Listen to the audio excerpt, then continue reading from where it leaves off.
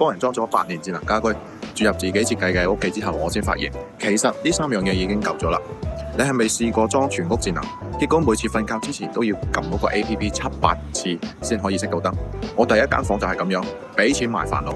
做咗8年先明白，智能家居唔係越多越好，係操作越少越好。第一樣，全屋照明場景，唔係靠 APP 逐盞調，係靠場景一鍵觸發。我書房裝咗專注模式，色溫6000K， 亮度70%， 坐梯開工自動配好，唔使諗。第二樣，中控大屏，呢件嘢係最提高生活品味。邊框夠薄，界面乾淨，朋友入嚟以為係裝飾畫，佢自帶音樂播放，廚房一邊煮嘢一邊聽歌，唔使出嚟揾電話。最緊要係聯動安防，有人撳門鈴自動彈出畫面，一步到位。3. 電動窗簾，樓層好近啊，私隱問題，我嘅做法係紗簾固定，布簾接智能，或者係直接做捲簾，簡單直接，仲平過整套雙軌方案。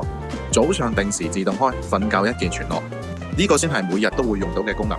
定係呢3樣嘢已經住得有品味過90成智能家居嘅屋企？想知道其他2樣嘢，留言 PTF 整理好一次發俾你。